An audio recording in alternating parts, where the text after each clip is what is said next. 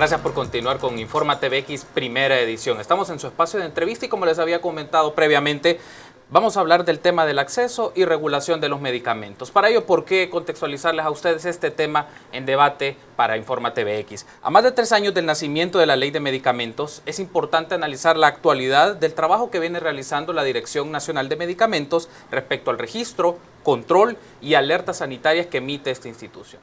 Para ese caso nos acompaña José Vicente Coto, Director Nacional de Medicamentos. Bienvenido, director. Gracias por estar con nosotros. Entiendo que es la primera oportunidad que nos acompaña en Informa TVX. Bienvenido. Muchas gracias, Carlos. Y siempre, aunque es primera vez en este programa, pero siempre he estado en el set del canal. Muchas gracias por esta invitación. Gracias a usted por acompañarnos, director. Me gustaría que habláramos un poco, dado el nacimiento de la Dirección Nacional de Medicamentos, que es reciente, viene generándose de la Ley de Medicamentos hace poco más de 3 años. Me gustaría que habláramos un poco el significado que implica incorporar a la Dirección Nacional de Medicamentos como una institución parte del sistema de salud salvadoreño, porque claro, hace 4 o 5 años otras instituciones asumían actividades que ahora la Dirección Nacional de Medicamentos tiene, incluyéndole otras, pero actualmente, ¿cómo valora usted el rol de la dirección? Nosotros tenemos una misión que es una misión relativamente nueva en el mundo. La regulación de medicamentos intenta ser un árbitro entre los intereses particulares farmacéuticos y los intereses sanitarios de la población, de tal manera que el incluir el sistema de regulación en un país no es un tema viejo, sino que es relativamente nuevo. En el país no existía un ordenamiento regulatorio en el tema de medicamentos, de ahí que, por ejemplo, en el tema de los precios, se había abusado del cobro de precios a los medicamentos, teniendo nuestro país el nivel más alto en los precios en la región. Y por otro lado también, al no verificar la calidad del producto, también se podía tener algunos medicamentos que no tuvieran el estándar adecuado o que pudieran estar, por ejemplo, falsificados y sin control alguno.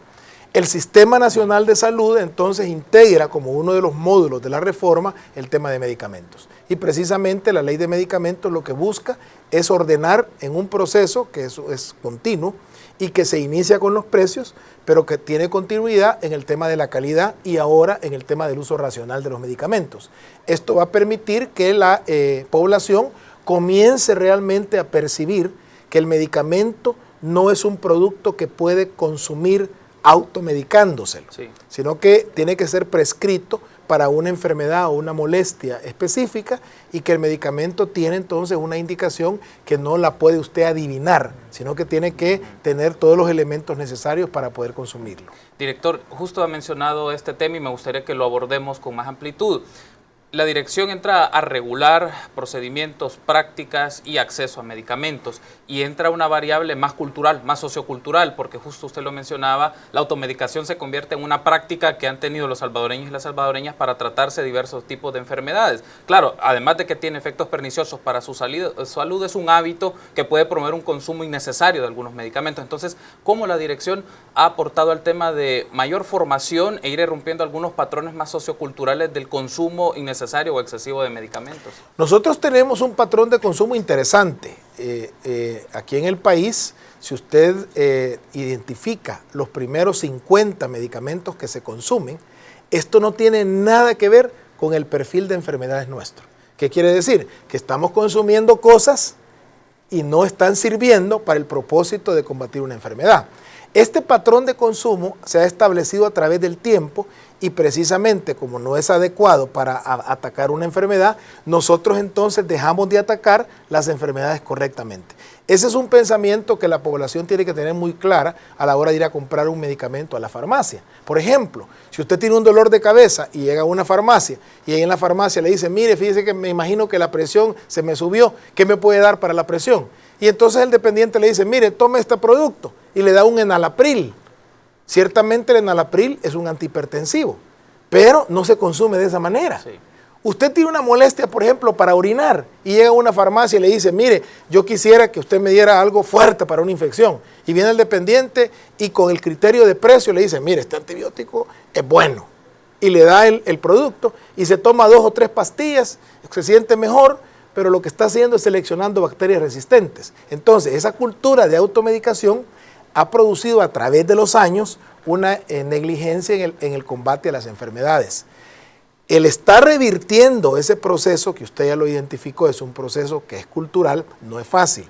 Nosotros entonces, a la par del tema de precios y de calidad de medicamentos, la ley nos asigna el trabajo para fomentar el uso racional de los medicamentos.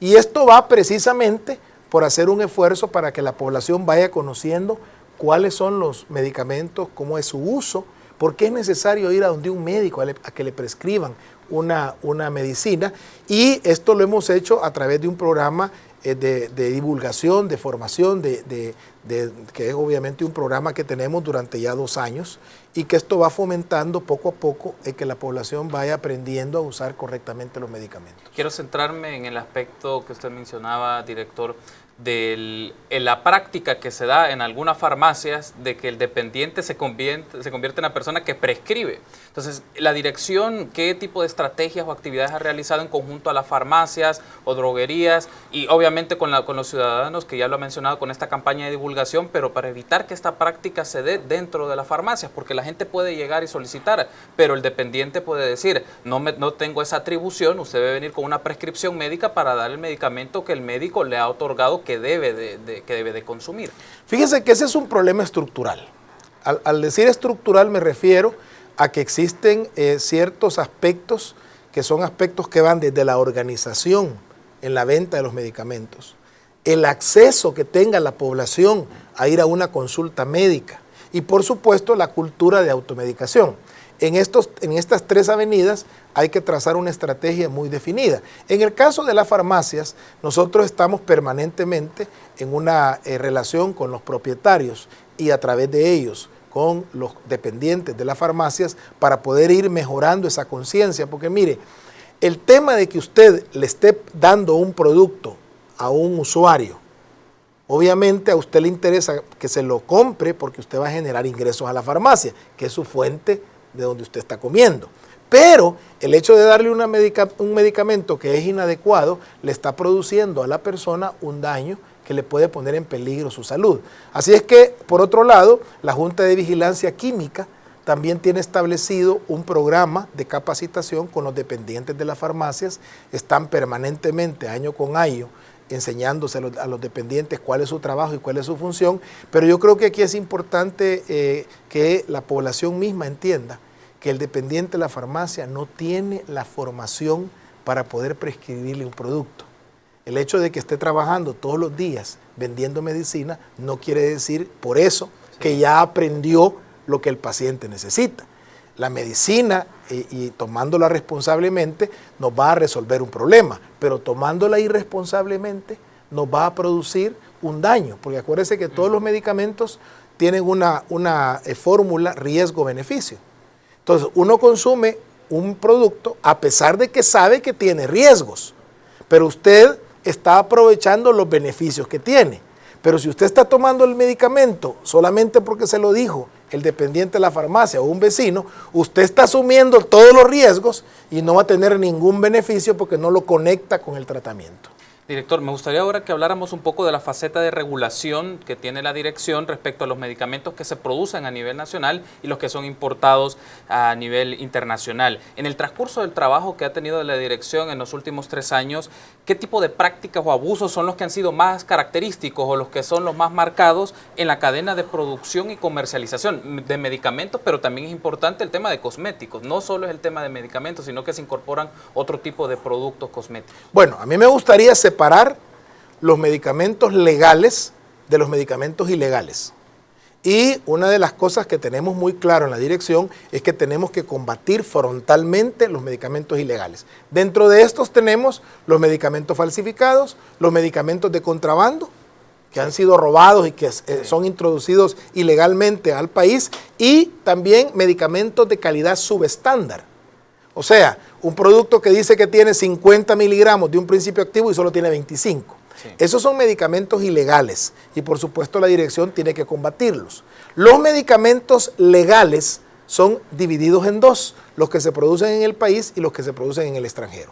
En relación a los que se producen en el país, nosotros hemos iniciado una estrategia de diagnóstico de cómo se encuentra la planta farmacéutica nacional y ya finalizamos una evaluación de tal manera que hemos clasificado en 3 los laboratorios. laboratorios que producían medicamentos riesgosos que no eran seguros, que se les ha cancelado su producción. Medicamentos que han sido producidos en una fábrica que produce medicamentos seguros y eficaces, pero que debe mejorar su producción. Y hay otras empresas que son empresas que están a nivel de primer mundo. De tal manera que en esa primera clasificación nosotros tenemos ya identificado cuáles son las fábricas que no tienen autorización de fabricar y cuáles sí. A nivel internacional, nosotros descansamos que las agencias, el equivalente a la Dirección de Medicamentos en el país, sean los responsables de vigilar que la manufactura sea una manufactura que esté adecuada, que tengan buenas prácticas de manufactura y que obviamente los productos sean trasladados a El Salvador de una manera segura y eficaz. Entonces, eso exige el concurso de una relación entre las agencias a nivel de varios países. Y por eso se ha hecho un esfuerzo para participar en los foros internacionales. El Salvador es miembro del Consejo Directivo de la Red Panamericana de Agencias de Medicamentos.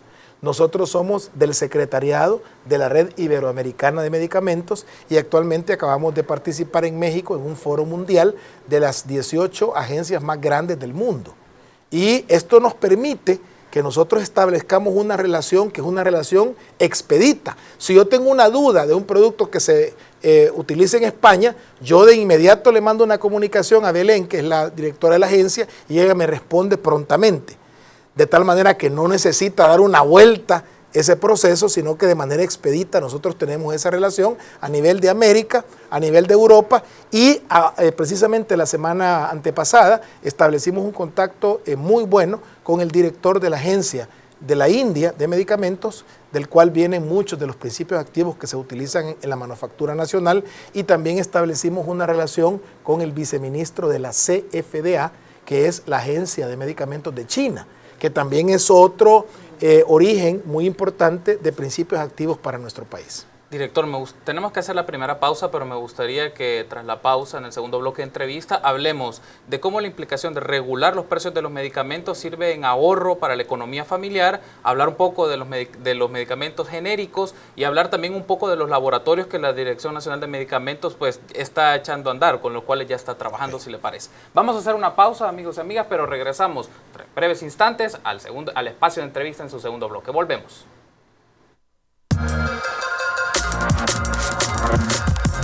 Estamos de regreso en el segundo espacio de entrevista en Informa TVX. El tema que estamos abordando con el doctor José Vicente Coto, director nacional de medicamentos, es el acceso a la regulación de medicamentos en nuestro país. Entonces, retomando la entrevista, director, me gustaría que habláramos un poco las implicaciones que ha tenido en el ahorro para la economía familiar la regulación de medicamentos, ahora estableciéndose un precio máximo en el cual en función de ese las distintas farmacias ofrecen un precio a los distintos productos que le dan a las personas. Porque claro, esto también tiene unos antecedentes. Recuerdo que hace varios años un informe que produjo la Universidad de El Salvador y otros informes a nivel centroamericano mencionaban que El Salvador era de los países, si no el país, con el costo más alto de medicamentos en la región. Claro, ahora esto ha disminuido, entiendo que El Salvador y Nicaragua son los países con los costos más bajos a nivel centroamericano, pero coméntenos un poco, director, qué implicaciones ha tenido esto a nivel familiar. Bueno, lo que sucede es que aquí en el país, y esto hay que señalarlo claramente, el 80% de la factura farmacéutica la paga directamente el ciudadano de su bolsillo. Entonces, una regulación de precios va a implicar de inmediato una reducción en lo que estamos pagando los salvadoreños en los medicamentos.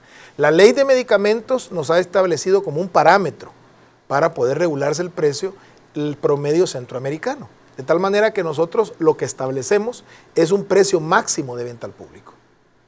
De ahí para abajo puede vender el laboratorio, la droguería o la farmacia el producto al precio que así lo estime conveniente. De tal manera que es una regulación que no le fija un precio a cada uno, sino que lo que hace es que le fija el precio máximo de venta al público. Tienen un margen hasta el cual llegar. Y esto es importante que se entienda porque, por ejemplo, usted tiene aquí un antibiótico, la ampicilina, pero aquí venden ampicilina 40 empresas que la fabrican. Sí. Entonces, esas 40 empresas tenían precios diferentes. Algunos, los que entre comillas se denominaban de marca, vendían el producto a un precio bien alto y otros lo vendían a un precio muy bajo, que no depende de la calidad. sino que depende de la estructura de precios que estaban ofreciendo al consumidor. Al hacer el promedio, resulta que estos tenían que bajar, pero es posible que estos incluso pudieran subir el precio. Porque la ley, insisto, lo único que establece es un precio de venta máximo al público. Así es que hay mucha gente que incluso dice, bueno, mire, pero este producto, lejos de bajar, ha subido. Sí, porque este producto sube porque el precio de venta máximo está arriba. Sin embargo, ese mismo producto, ese mismo principio activo, hecho por otro laboratorio, ese sí estaba a un precio altísimo y bajó. Al final, lo que tenemos nosotros ahorita en el país es que el precio promedio nuestro en El Salvador está por debajo, por supuesto, del promedio centroamericano, pero también está por debajo del promedio de cada país, excepto Nicaragua, con el cual nos mantenemos más o menos en el mismo precio. Pero hay algunos productos que no estaban regulados por la ley, que estos sí han quedado prácticamente para que dispongan del precio cada uno como lo deseen. Y estos son los productos de venta libre, que estos son exceptuados en la regulación. Así es que por eso tenemos que, ciertamente, muchos de los tratamientos han disminuido, sobre todo aquellos que se utilizaban crónicamente, antihipertensivos, medicamentos para la diabetes, para la artritis, que eran consumidos por uso continuo y que estos sí han experimentado un decremento significativo, algunas veces hasta el 70% del precio con que se compraba en el pasado. Sin embargo, hay otro grupo que ya estaban por debajo del precio del promedio y que lo subieron. Y hay un tercer grupo que estaba exceptuado de la regulación. Qué oportuno es esta mención, director, porque claro, la ley de medicamentos menciona que toman de referencia el precio internacional de referencia, y que hay un margen de comercialización de 3 hasta 5 veces, es decir, que pueden utilizar como las distintas empresas que brindan esos productos, pero luego de ese margen no pueden salirse, y si lo hacen tienen una sanción. Sí, lo que pasa es que hay una cosa interesante: para poder establecer el margen de comercialización hay que establecer el precio de producción. Establecer el precio de producción ha sido un trabajo que al final de cuentas nunca se ha podido hacer en el mundo por los reguladores. El que más se acercó fue Inglaterra. Inglaterra trató de establecer un control de precios en base al precio de producción, pero al final se dio cuenta, porque el problema es que viene un producto, por ejemplo, de la India, y entonces, ¿cómo averiguar el precio de producción en la India y cómo hacer la comparación con la producción en Alemania? Porque $1 en Alemania no es igual que $1 en la India. Entonces, es tan complejo que al final el precio con que se produce un medicamento realmente no se ha utilizado en los aspectos regulatorios. Lo que sí es cierto es que en todos los casos los precios de producción están muy por debajo de los precios de venta al público. O sea que siempre hay un margen en el cual todos los actores tienen obviamente su ganancia. Creo que es importante esto quiero profundizar un poco más en esta mención, director, la construcción de este precio internacional de referencia, en función de qué parámetros o cómo se realiza, y eso, claro, cómo ya luego llega a la lógica más económica de nuestro país, porque claro, hay estándares y parámetros de mediciones o de carestía de la vida que es distinta en el mundo. Entonces, nosotros teníamos 3 alternativas. Una es lo que usted menciona de ese margen de comercialización que exige que se determine primero el precio de producción. Ese fue descartado y ya expliqué las razones. Sí. En segundo lugar, el precio de venta al público a nivel centroamericano, que ese es el que utilizamos nosotros. Que el precio centroamericano de venta al público nosotros lo medimos en todos los países de Centroamérica y de ahí sacamos un promedio. Ese es el precio de venta al público. ¿Okay? Y la tercera posibilidad era precisamente lo que usted mencionó del precio internacional de referencia. El precio internacional de referencia que menciona la ley de medicamentos se refiere al precio que establece la Organización Panamericana de la Salud y la OMS. Sin embargo, esto lo hace para aquellos productos en compras del gobierno. Entonces, ahí hay un universo completamente diferente, porque no es lo mismo las compras en una farmacia privada que las compras que el gobierno hace. Entonces, usted no puede utilizar el precio de venta, por ejemplo, a todos los ministerios de salud de África y decir que este va a ser el parámetro que vamos a comparar en El Salvador de venta al público en las farmacias, porque son dos universos diferentes. Entonces, al final, la única posibilidad que nos quedaba legalmente es utilizar el promedio centroamericano de venta al público. y es el parámetro que se utilizó, y al final de cuentas la ley claramente dice, en ningún caso el precio de venta en El Salvador va a ser superior al promedio centroamericano. Entonces al final estamos en el parámetro de la ley, el precio ha bajado en promedio un 45% del inicial, y evidentemente en esto nosotros creemos que el ampliar el universo de participantes en El Salvador es un factor que también puede disminuir más el precio de venta al público. Nosotros tenemos ya más de 1.500 medicamentos que se han inscrito en este periodo de apenas 3 años. Y esto nos permite que la oferta de medicamentos sea mayor. En este momento nosotros estamos trabajando, y se lo voy a comentar en primicia, en una unidad dentro de la unidad de precios que es de inteligencia de mercado. Nosotros ahí vamos a poder establecer, por ejemplo, de este medicamento, cuántas alternativas tiene el país que ofrece al consumidor. Digamos que metronidazol. Ok, ¿cuántas metronidazol se venden en el país? ¿Cuántas fábricas están instaladas con sus productos en el país o traen los productos del extranjero? Y no solo eso, sino cuáles son las unidades que se venden al año, y eso compararlo con la necesidad por la enfermedad. Por ejemplo, usted tiene 15% de hipertensos en el país, pero resulta que solo se venden medicamentos para 3%. Quiere decir que hay una deficiencia en el consumo de antihipertensivos, y esto va a ocasionar que a la vuelta de la esquina tengamos más pacientes con, por ejemplo, insuficiencia renal, producto de que no se trate la presión arterial. O el extremo, en el caso que en algunas exista una oferta bastante amplia. Una sobreoferta, sí, eso significa que mucha gente se está automedicando inadecuadamente. Entonces, esa inteligencia del mercado, que es producto precisamente de que las empresas a nosotros cada 6 meses nos proveen la información del volumen de venta que tienen, los productos que han importado, los que se producen, de tal manera que nosotros tenemos mapeado en el país el tema de medicamentos. Otra utilización. Imagínense que hay una empresa que dice, mire, yo me voy a retirar o quiebra. ¿Cuál será el impacto del retiro de esa empresa en la dinámica comercial del país? Entonces, ese sistema que nosotros tenemos, que ya estamos realizando las pruebas, nos va a permitir advertir con suficiente tiempo para que no exista un problema de desabastecimiento real en el país. Me parece muy interesante, porque esa va a ser una herramienta no solo para la dirección en tomar decisiones, también conectándola con políticas de salud, políticas farmacéuticas para la población. Y quiero que lo contrastemos con algo que también la Dirección Nacional de Medicamentos ha publicitado, es del sistema de búsqueda inteligente de medicamentos, porque también así es una manera en cual las personas pueden saber dónde, en qué farmacias y qué medicamentos están disponibles para su consumo para una enfermedad muy particular o la prescripción pues médica que le requiere. Nosotros tenemos más de 15,000 productos que están, digamos, registrados en el país.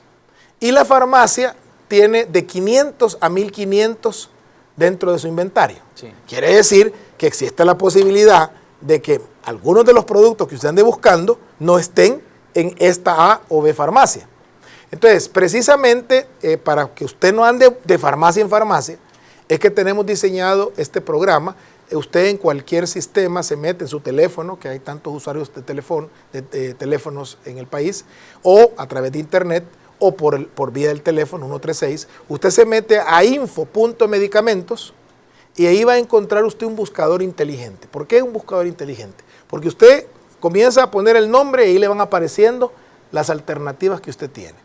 Digamos, regresemos al metronidazol. Usted pone metronidazol y ahí le aparece metronidazol, pero no solo eso, sino que usted puede acceder a cuáles metronidazoles que no tienen ese nombre, sino otro nombre comercial, están disponibles en el país.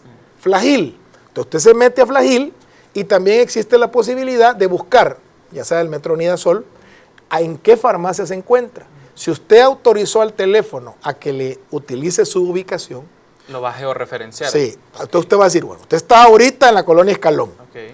Estas son las farmacias que están alrededor de usted y le van a aparecer, le aparecen con colores diferentes. Si le aparece en color verde, quiere decir que tiene el producto. Entonces usted le da doble clic al color verde y ahí le va a aparecer el nombre de la farmacia, le va a aparecer la dirección, el número de teléfono, le va a aparecer el precio al cual esa farmacia tiene ese producto, le va a aparecer la cantidad de unidades que tiene, y le va a aparecer cuál es la distancia que tiene entre usted y la farmacia.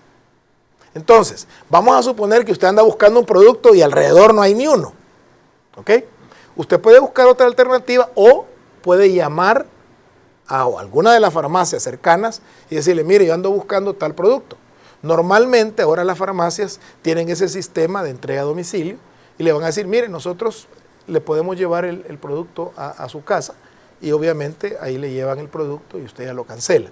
Entonces, ese buscador inteligente es el primero en el mundo que ha amarrado el precio, el inventario en tiempo real de las farmacias, sí, la georreferenciación y el registro sanitario que tenemos en la Dirección de Medicamentos. O sea que ahí tiene usted todo el trabajo nuestro en un buscador inteligente. Estamos ahorita haciéndolo aplicación con el objetivo, porque ahorita usted se tiene que meter al sitio directamente. Sí, pero si lo hacemos ya como aplicación, usted va a tener la posibilidad de entablar una comunicación con la farmacia.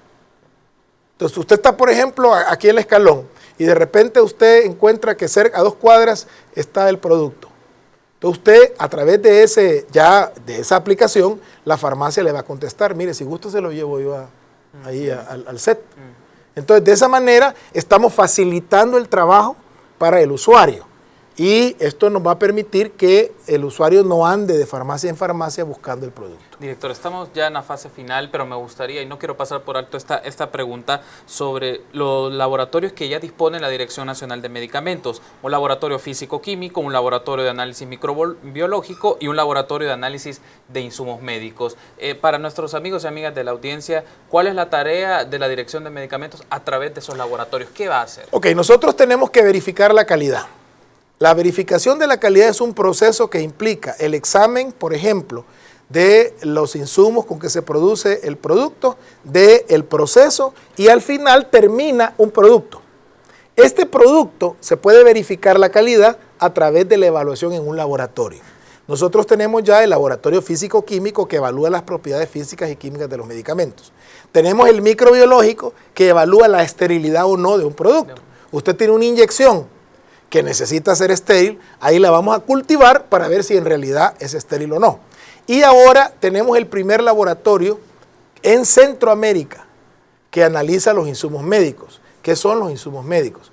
Un guante, una sonda, una jeringa, un bisturí, esos son insumos médicos. Entonces nosotros, por primera vez en la región, vamos a ser capaces de identificar cómo está la calidad del... Por ejemplo, usted compra un guante para hacer un examen por ejemplo, del abdomen o de la pelvis, y de repente usted se pone el guante y se le rompe, ¿okay? Eso pone en peligro al paciente y a usted como médico o quien lo está examinando.